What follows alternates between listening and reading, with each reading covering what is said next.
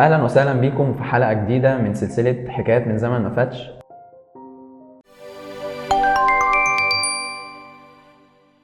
النهارده معانا ميس مارينا. ازيك يا ميس مارينا؟ ازيك يا جورج؟ والنهارده هنتكلم عن يوم الثلاث في البصره المقدسه، وكنا عايزين نعرف ايه هي الاحداث اللي حصلت يوم الثلاث. في يوم الثلاث التلاميذ شافوا ان فعلا الشجره جفت، حتى الورق بتاعها كله نشف. بعد كده كلهم بداوا يروحوا على الهيكل زي ما المسيح كان متعود علشان يبدا يعلم الناس وكده. اول ما وصل هناك بدا اليهود والفريسيين والصدوقيين والهروديسيين كلهم كانوا متجمعين كلهم حواليه، وبداوا ان هم يسالوه اسئله. بس اول ناس بدات كانت اليهود. بعد ما خلصوا المناقشات دي كلها بدأ المسيح يبص بقى يعلم التلاميذ، فوجه نظرهم ناحية المرأة اللي حطت الفلسين. أخدوا بالهم إن كل الناس اللي داخلة بتحط عطايا كتير جدا، لكن ربنا أخد باله من المرأة اللي حطت الفلسين لأنها حطتهم من أعوازها، لكن كلهم كانوا بيحطوا من فضلاتهم. بعد كده بدأ المسيح يكلمهم عن خراب أورشليم وعن الأحداث اللي هتحصل في نهاية العالم. عايزين نعرف تفاصيل اكتر عن الاحداث دي وموجوده فين في الكتاب المقدس. هنلاقي الأحداث دي بالتفصيل موجودة في الأناجيل في الكتاب المقدس، في متى ومرقس وفي لوقا، بالتحديد في متى 21 لغاية الإصحاح 25، وفي مرقس من الإصحاح 11 بداية من الآية 20 لغاية الإصحاح 13، وفي لوقا إصحاحين 20 و21. ايه هو السؤال اللي سالوه اليهود للسيد المسيح؟ بداية السؤال بتاعهم كانوا عايزين يعرفوا الحاجات اللي هو عملها يوم الحد دي بأي سلطان هو عمل كده، عشان احنا عارفين ان يوم الحد طرد الباعة الجائلين من الهيكل، فهم بيسألوه بأي سلطان تفعل هذا. فهنلاقي ان ربنا يسوع المسيح رد عليهم برضو بسؤال، وقال لهم لو جاوبتوا على السؤال ده هجاوبكم على السؤال اللي انتوا عايزينه. فقال لهم معمودية يوحنا هل كانت من الناس أم من الله؟ فهم قعدوا يفكروا شوية. لو هم قالوا من الناس كانت شايفة ان يوحنا المعمدان ده نبي، فازاي هيقولوا ان هي من الناس؟ فقالوا لو قلنا من الله هيقول طب ليه ما امنتوش بيه وبالكلام اللي هو بيقوله؟ فطبعا رفضوا ان هم يجاوبوا على السؤال. فطبعا راح ربنا يسوع المسيح قال لهم خلاص وانا كمان مش هجاوبكم على السؤال اللي انتوا عايزينه. وبدا زي ما هو متعود يكلمهم بامثال.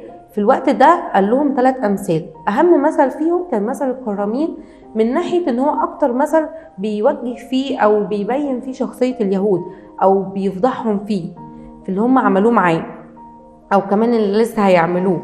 فجه المثل ده كان بيقول ان كان في واحد عنده كرم وجاب كرامين عشان يشتغلوا فيه.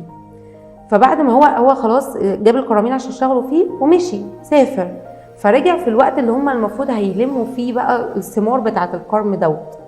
فراح بعت لهم عبيد عشان ياخد منهم الثمار. راح هم مسكوا العبيد وراحوا موتينهم، فبعت لهم عبيد اكتر من الاولانيين، راح برضو مسكوهم موتوهم. فقال لا هم كده مش خايفين من العبيد بتوعي، فانا هبعت لهم اللي اقوى منهم، اللي هم لما يشوفوه هيخافوا منه، اللي هو ابني. فاول ما شافوا ابنه قالوا لا ده الوارث الوحيد لكل دوت، احنا برضو هنمسكه نموته. وفعلا مسكوه موتوه. فكده هو سألهم قال لهم كده صاحب الكرم يعمل ايه مع الكرامين دول؟ فراح هم قالوا له خلاص يطرد الكرامين دول ويعاقبهم طبعا، ويجيب كرامين تاني يمسكوا الكرم بدل اللي هم اللي مشيوا دول. هم كانوا فاهمين ان هو بيقول المثل ده عليهم هم، وزي ما المسيح كان بيكلمهم دايما بالامثال، فهو كان بيوضح عايز يعني يعرفهم انتوا ليه بتعملوا كده، انتوا زي ما دول اللي هم عملوا انتوا كمان بتعملوا كده وبترفضوا ابن الله وتعاليم ابن الله. ايه هو السؤال اللي سالوه الفريسيين والهيروديسيين للسيد المسيح؟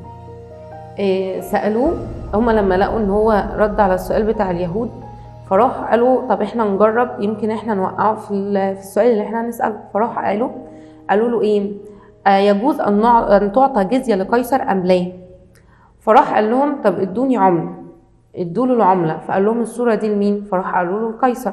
قال لهم اعطوا ما لقيصر لقيصر وما لله لله. مين هم الصدوقيين دول اصلا، وايه السؤال اللي سالوه للسيد المسيح؟ الصدوقيين دول ما بيؤمنوش بقيامه الاموات، تمام؟ فبداوا يسالوه سؤال.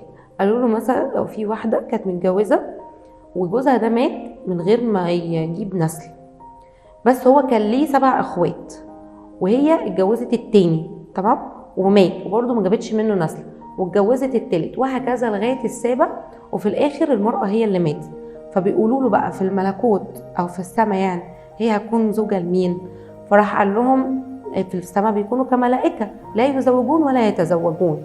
فيبقى ايه الكلام اللي انتوا بتقولوه ده يعني؟ هو بيحاول يوضح لهم يعني ان احنا نبقى مقدسين فوق كملائكة، ازاي بقى يتزوجون ويتزوجون؟ بس. طب هو ربنا رد ازاي على الهجوم اللي كان عليه ده؟